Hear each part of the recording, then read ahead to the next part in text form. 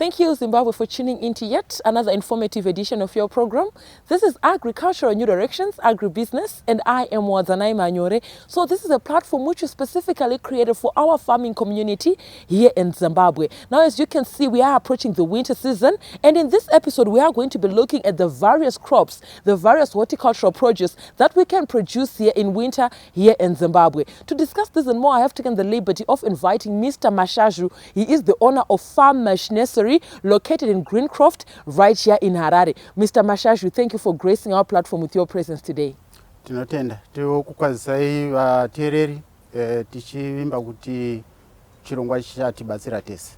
Thank you so much, Mr. Mashaju. As we get into our discussion, you are into nursery production, you are into seedlings production. This is where most of our Zimbabwean farmers and even those in Harare converge. They purchase their nursery from here and they go and do their activities, be it in backyard, some in farms. You are along the highway, Harare Karoi Highway. I understand that some farmers in Karoi come here and purchase these seedlings so that they can produce in their various locations. I want us to talk about the establishment of this setting. What does it take? Because I understand farming is a business. You are producing seedlings for Zimbabwean farmers, but it is also a business for you. Let us talk about the establishment, the resources required to set up this kind of a setting. Okay, first and foremost, I think panoda kuti munhu ave nechido necommitment yokuita business racho. Then panodawo ma-resources, as you can see, structure iri pano yakatomira pane nguva. Panodawo ma-poles amuri kuona aya, panoda ma-trays, ma-float trays aya.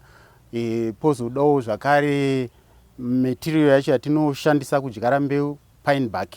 Tinoitora kwatinoitora uko, ende zvese izvozvo zvinoda kurongeka.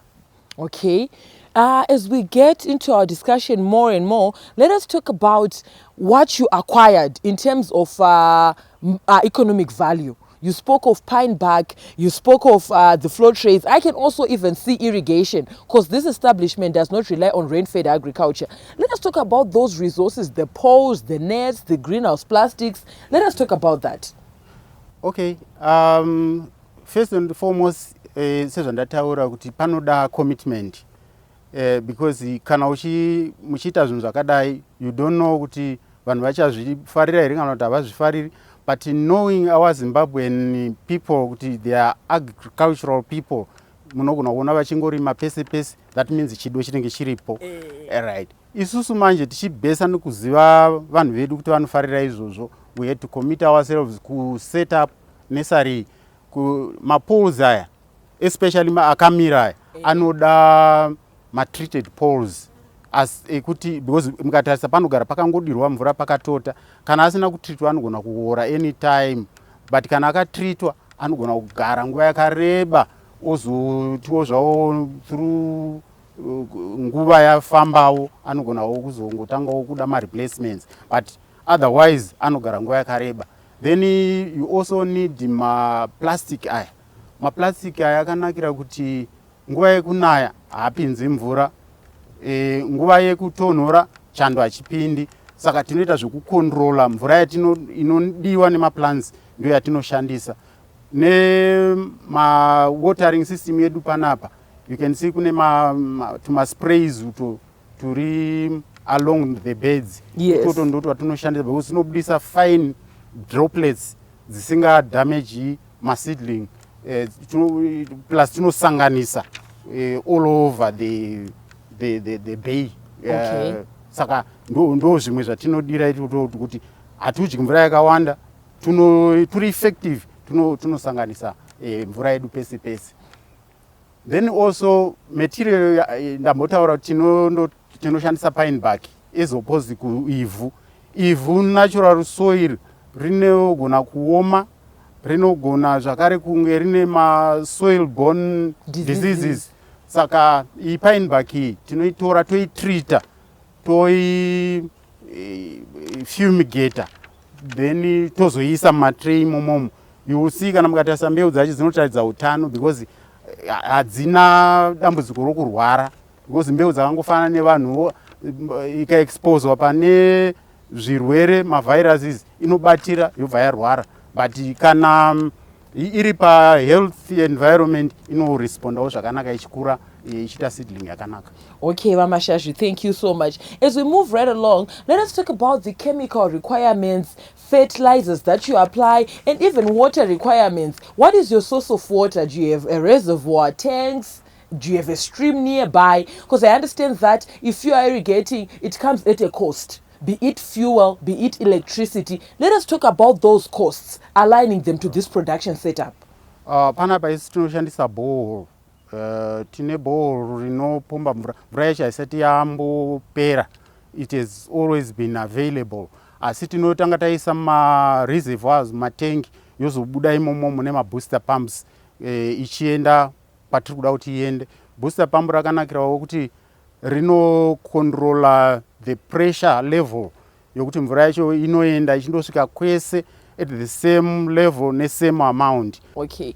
Now, Mr. Mashashu, speaking of chemicals and how you control pests, can we maybe discuss that as we round off this segment? How do you control your pests? How do you ensure that, I can see these are tomatoes, that's a covo. How do you ensure that it's healthy in terms of fertilizer requirements and chemicals needed? We have got a program nema recommendations ekuti seedling ichidyarwa inoda so much fertilizer, so much chemicals, ndambotaura pa fumigation pipe. Kana yamera inoda a certain amount of feed which is fertilizer. Andigona hangu kutaura zvese in details, but of this program togona kuzotaura ma details because zvakati one day, because ine masi pakumera, pakukura, even pakundoti yakuda kundoenda inenge ichingofeedwa zvakasiyana siyana, plus nemvura yacho inenge yakuda mvura levels kana kuti volumes akasiyana siyana emvura yacho. Okay, this is quite an investment, Mr. Mashashu. I should commend you on that. You are parting with money to get this treated pores to fetch the pine bark wherever you get it from. You are talking of water requirements. You have a booster pump. It is, pushed by energy. Let us talk as we round off our segment. I would like us to talk about this business. How long have you been doing it? Has it been lucrative? Has it been sustainable? Let us talk about that as we round off our segment. Takaitanga 2001, which is about 20 years ago. Yes. Yeah. Then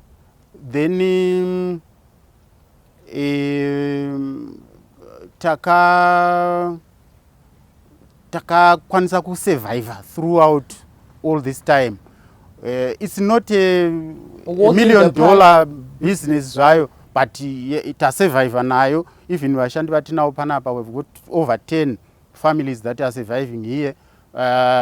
Zviri zvekuti tiri kurarama shokwadi tinofana kutenda Mwari because we are surviving. Zvino zvakaoma, zvinhu zvinonetsa muZimbabwe, but isi kuona kuti kana vanhu vakafocus pa horticulture, they can survive. They can make a living. They can survive. They can make a living. Yeah. Thank you so much, Mr. Mashashu. There you had it, viewers. We are talking of horticultural production. We are here at Farm Nursery, located in Greencroft, right here in Harare. On that note, viewers, we're going to go on a short commercial break. We'll be right back with this and more in the second segment. Don't go anywhere.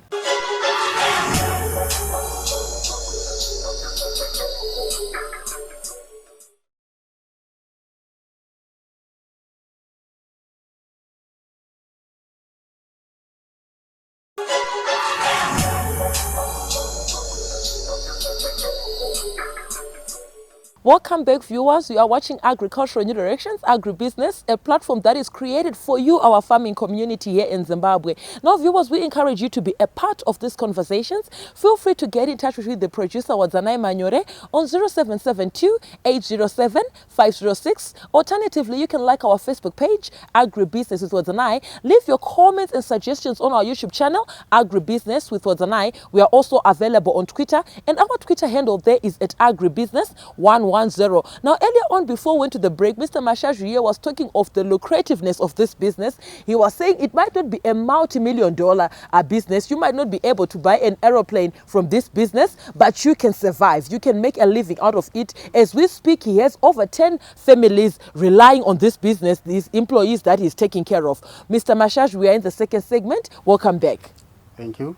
I would like us to talk about a topic that you touched on. You just touched on it briefly, of why you prefer to use float trays as compared to the conventional system, where we are saying the seedlings will be in direct contact with the soil. You create your beds, and instead of using float trays, you do conventional. What are the advantages, the merits that come with using float trays instead of the direct ground?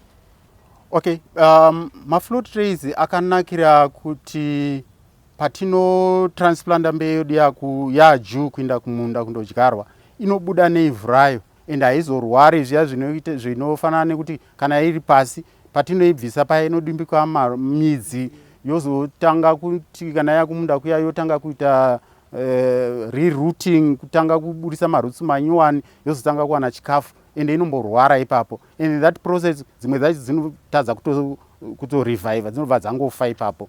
But with this method mbeu yenyu yese iri guaranteed kuti pamunondoisa kumunda inongoita as if yanga ichiri mumafloat tray imomo, because hapana shock yokumuvha, inongondoita establish zvakanaka. Okay, Mr. Mashashu, I understand that as we are standing here, I'm seeing some portions with algae. How do you control algae? Because from basic agriculture or biology, from what we learned, algae is a reaction that happens when the sunlight gets in direct contact with water or moisture. The algae forms. Let us talk of how you control it, given that you are using float trays. How do you control algae? In fact, algae nemwe fungus yakangosiyana-siyana tinofumigata at some times, not always, but at some time to fumigate, and that should disappear. And also, as you can see, kuti algae iri pa ground, mafloat ari mudenga, there is no direct contact, saka effect chaiyo pama seedlings up. I think it will be very small or not available zvachose. Okay, thank you so much. Moving right along, there is a period, a length of time that you say, I've nested my tomatoes, these are tomatoes, that's cover, I'm seeing onion over there, and some other varieties in this shed. The period approximately from nesting to selling, how long does it take according to each plant?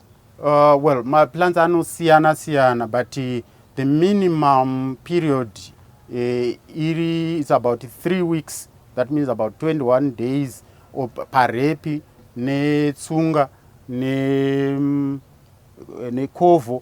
Asi pama onion, ne ma peppers, it will be slightly more, fana kuita kuma 28 days or so. But the process inenge chingori yakafanana, germination, management, then transplanting. Thank you so much. Let us talk about the importance of the vegetable calendar. There is a vegetable calendar that most Zimbabwean farmers follow. One is from the Zimbabwe Farmers Union. The other one is from Zimbabwe Fertilizer Company. We have NASIDCO coming in with the vegetable calendar, recommending crops for farmers. For example, even if you're in winter, there are crops that are suitable for winter. If you're in summer, there are crops meant for summer. If you have a greenhouse, you can get away with producing all year round. Let us talk about you, Mr. Mashashu at Farm Mesh. How religiously do you follow this vegetable calendar? Because as we look at the moment, we are in winter. Your customers, the Zimbabwean farmers, expect certain crops. How are you following the vegetable calendar? What crops are there at the moment that you can sell for our farmers here in Zimbabwe? Yes, vegetable calendar iripo. These crops pane are suitable for winter and are suitable for summer. Ekuti tikamaisa panze, they won't even survive.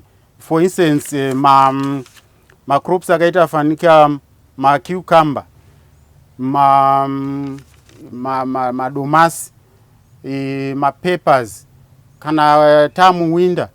Tikamaisa panze, they will not develop, anova angofa. Then kweta mamwe ekutiwo mu winter ndiwo nguva yawo, zvakaita ana peas, ana ma carrots, then ma cabbage iwaya, ma repi, matsunga, tingati almost all leaf vegetables ano survive zvakanaka throughout the year, in fact, including winter. then poita aya tiri kutaura kuti haanyatsoita zvakanaka they are not favorable muwinter. Still we have to grow them because remember we need to eat. Zvakaita madomasi hatigoni kuita holiday yekuti tabva tamira zvachose kuti or we can say in winter just because we don't produce tomatoes we are not eating tomatoes. Yeah, you see we can't hatigoni kudaro. Saka tinotsvaga means and ways dzokuti muwinter macho imomo tirime macrops iwayo because we still need to eat. Saka tinogona kushandisa zvinhu zvakaita magreenhouse. Tinogona also kushandisa zvinhu zvakaita mablankets. Kune mablankets ekuti tinokavha mbeu yedu during the night then masikati tovhura. Then also kune mulch, togona kumulcha todiridza ivhu redu mbeu dzedu during the day. During the night that mulch iyoyo remember inotrapa heat. Usiku huya inenge yakureleasa heat mbichana zvokuti crop yedu haizonyanya kuaffectwa zvakanyanya because inenge ichiwana that heat which is enough kuisustain. Saka yes dzinganzi hadziite muwinter hadziite but still there are means and ways okuti dziite because we still need them mukudya.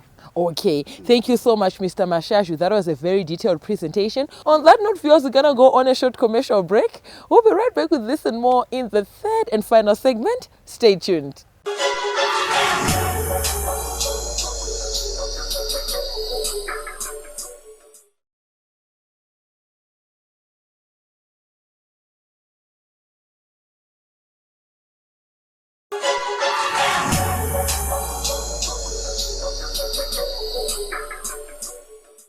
Thank you, viewers, for staying tuned to Agricultural New Directions, Agribusiness. We are in the third and final segment of your program. We are discussing the horticultural produce that are suitable for this season as we are approaching the winter season here in Zimbabwe. We might be in winter and some crops might not necessarily grow well in winter, but we still need to eat, which is why we have taken the liberty of having this episode and inviting Mr. Mashashu, the owner of Farm Mesh Nursery located in Greencroft, right here in Harare. Mr. Mashashu, we are in the final segment. Earlier on, before we went to the break, we're talking of the various crops that are suitable for winter. We spoke of tomatoes, where you say that they might not do well, but you can add mulch. We can do with the liners, sort of like the blankets that cover them, and provide the proper root units to promote growth. As we are rounding off our episode today, I want us to talk about land preparation for these crops. As we can see behind us, we have some of your employees who are doing land preparation.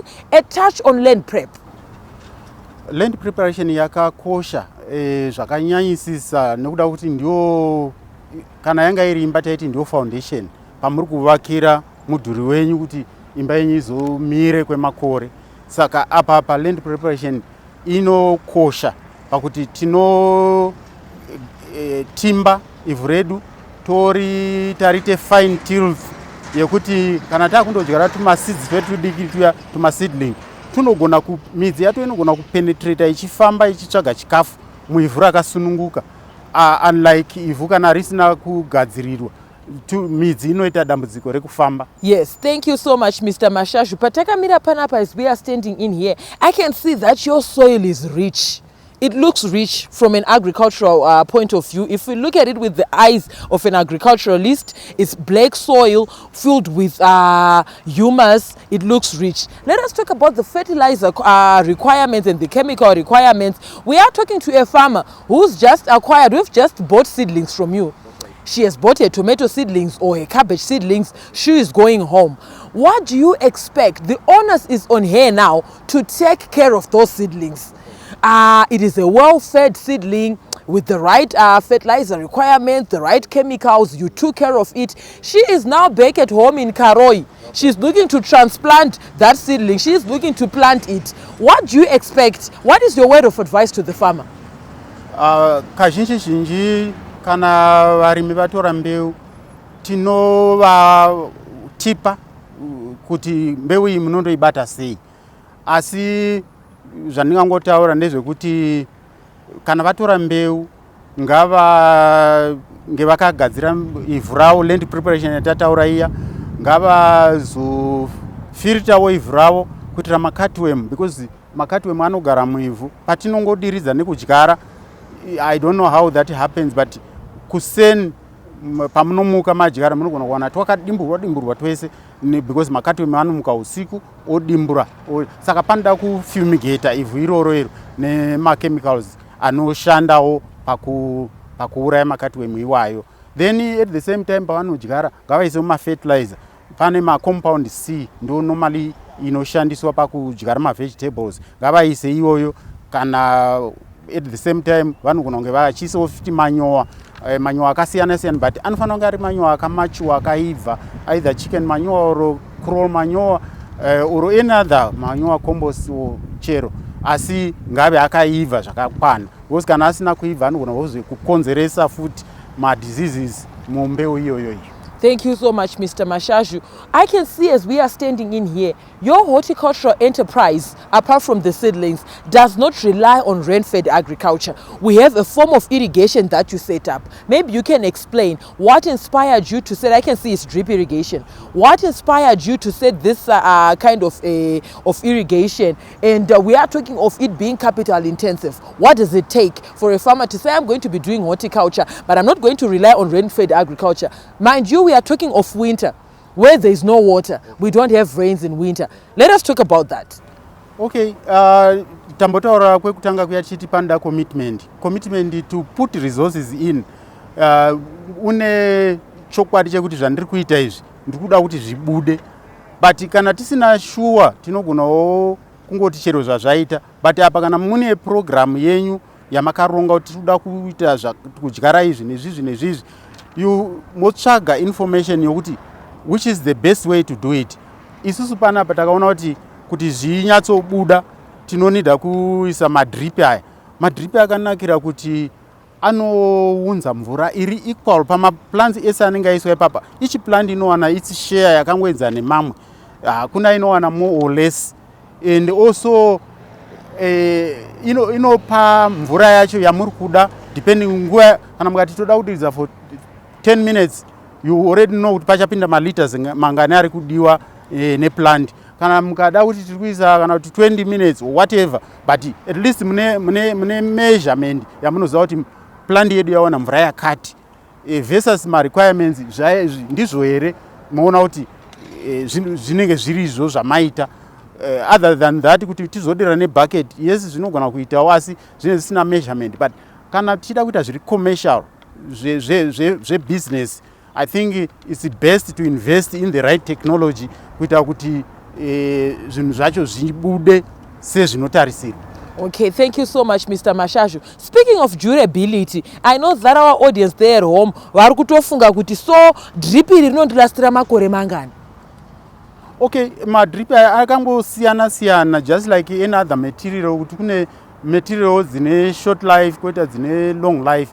This type yatinayo panapa takaisa, I think it's about 15 years ago. Okay. And still it's already inongori right nanasi. Asi kune mamwewo ekuti akaiswa, they are just like plastic paper, ari thin zvekuti iwo haatori nguva yakareba. Okay. Kuti kuti asakare. Saka chinenge chakanaka ndechekuti kana munhu afunga zvokuita project, let's get the right material. Inogona kudhura zvayoka asi inoshanda basa rainofanira kushanda nenguva yainofanira kushandawo iyoyo. Okay, as we round off our program, Mr. Mashashu, I can see you have you are preparing land. What what are you going to put on those beds? Apa tichadyara maonion, onion seed bed yatiri kuita iyi, but kumberi uko tichadyara mabroccoli nemacauliflower nemacabbage zvakangosiyana zvatinogona kuzodyara, because zvese izvozvo zvinongoita pasizini yatiri inoyi. Okay. In the open. In just a snippet, are these products suitable to feed into our local markets? We have Spar, we have Pick and Pay, we have even Misika, even for export. Are these seedlings appropriate? Do they meet the export requirements? But seedlings are no producer panapa. anomita ma-requirements because chatinoita tinotora mbeu iyi to reputable seed houses. Chatingakurudzira vanhu ndechekuti ngavarege kuti vakaona domasi rakanaka kana kuti whatever mbeu yakanaka votora vondosvina museed iya kuti ndoda kuti rigobuda rakadaro. Hazvishandi zvichidaro. The best thing ndeyekuti kana muchida kurima mbeu yakati ngatiendei kuma seed houses tondotora the right seed todyara mbeu iyoyo. Ikadyarwa zvakanaka tateedzera the right methods dzokudyara nokumanage crop iyoyo, it will be suitable kuma supermarkets, kumusika, even internationally inoita accepted. Okay. As for you, Mr. Mashashu, what are your targeted markets? You produce your onion, your king onion or your shallots. What are your targeted markets as you've been in the business for the past 20 years? My markets in Yakamira say, do you have supermarkets? Do you have my vendors? What has been your market been like? Market yedu it's varied. Kune ma individuals vanongoita walk in vachitenga, koito the community at large vanotenga, koito ma schools vanouya vachitora, then ma supermarkets vanotora zvakare, ma vendors. Tongoti anybody who comes in anosevwa nema products atinoita panapa. Thank you so much, Mr. Mashash. It was a pleasure having you with us today. Thank you. There you heard it, viewers. This was Mr. Mashashu, the owner of Farm Mash, located here in Greencroft, right here in Harare. We're talking of horticultural activities in the winter season. He was telling us that it might not be a multi-million-dollar business, but of course you will survive. From me, your host, Wadziwa Zanai Manyore. I'm also on Instagram. It's a W Manyore. And Daniel Muranganwa. Have yourselves a fabulous evening. Thank you for watching.